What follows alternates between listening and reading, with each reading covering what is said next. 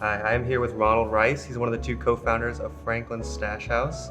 You guys are a craft cannabis manufacturer here in Kansas City. Ronald, for those people who maybe aren't familiar with Franklin's Stash House or the cannabis and marijuana industries as much, can you kind of take us through what it is that Franklin's Stash House does, some of the products you guys craft and then sell, who you sell those to, and then kind of secondarily, ethos of your guys' company, what you guys are about? Franklin Stash House is a crafted marijuana company. We craft infused products to sell to the dispensaries in the state of Missouri. Me and my business partner started this 2 years ago. We got in the business. We started off with hemp blunts to test the market, and then that led us to getting into the market once we got a license. You guys pride yourself on being authentic and trying to separate yourselves from other people in the industry.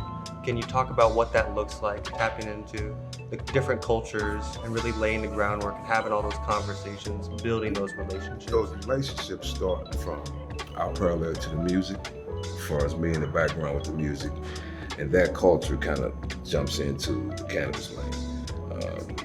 With hip hop and rap and music, it's kind of like parallel when you get to the culture. So our brand kind of represents that. We try to bring that to the table so that everybody wants an authentic brand and has transparency, and Franklin's provides that. The different products that we bring to the table is mostly stem from the culture. Like we got a product called 5 Years Paper.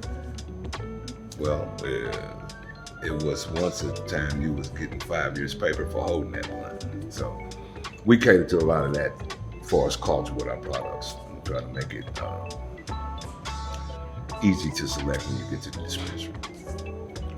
I'm joined by Michael Wilson, the second co-founder of Franklin Stash House.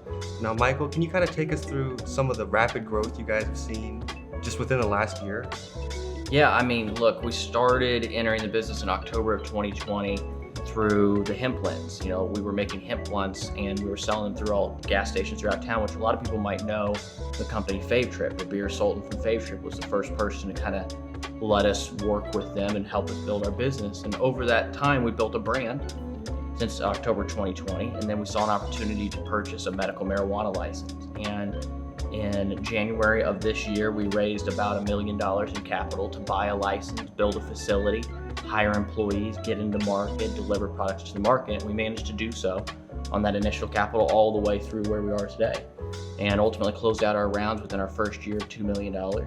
And maintained a very significant portion of our business, which is a big win for any entrepreneur when you can raise capital and maintain, the majority, if not, super majority of all your shares. And so we managed to achieve a lot, both in the back end of our business, and then as we launched, we were very well received, and very blessed to be well received. We're now in 52 dispensaries with over 14 different products.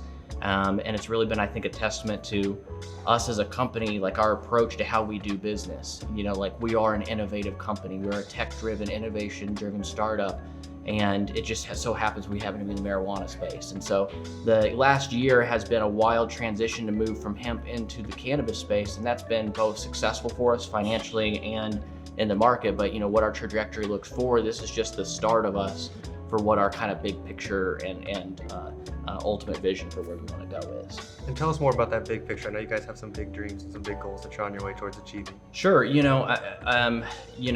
got a business that we believe in, a business model that is of a national appeal. And so as of today, because of the regulatory environment and it being a state by state kind of thing, people usually get big in their state and maybe in one or two others, but there are strategies, and one of those we believe that we are in process of implementing to become a national brand, much like how Boulevard became a national brand or J. Rieger became a national brand. We believe that we can be the Boulevard of our generation for marijuana here in Missouri. We believe Kansas City is unique in its appreciation and talent pool that we could build a national company, if not international company, right here out of Kansas City that happens to be a cannabis company. So, we've got not just dreams, but plans. This is what you're witnessing today is, like version 0.5 beta of what ultimately will be a well-refined business model and machine. And look, we're frankly super excited about it. Rice and I spend a lot of our time discussing strategy, working with different cultures, working with different individuals, and there's places Rice can go that I can't. and places that I can go that rice can't, just out of like cultural fluidity. And I think that's kind of like a really cool and unique part about our business, is that we like to say we're Jimmy Iovine and Dr. Dre, but you could also say it's like Dr. Dre and Eminem, maybe, you know, like a black, white guy, two different generations, but because we both have an open mind and a commitment to creativity, we're able to create stuff that like no one else could even, like you can't put a CEO of another company and just like put someone else in their room as an executive and create what we're creating here. And so while it may sound cocky the way I talk, it's confidence because I know what I'm capable of with my partner.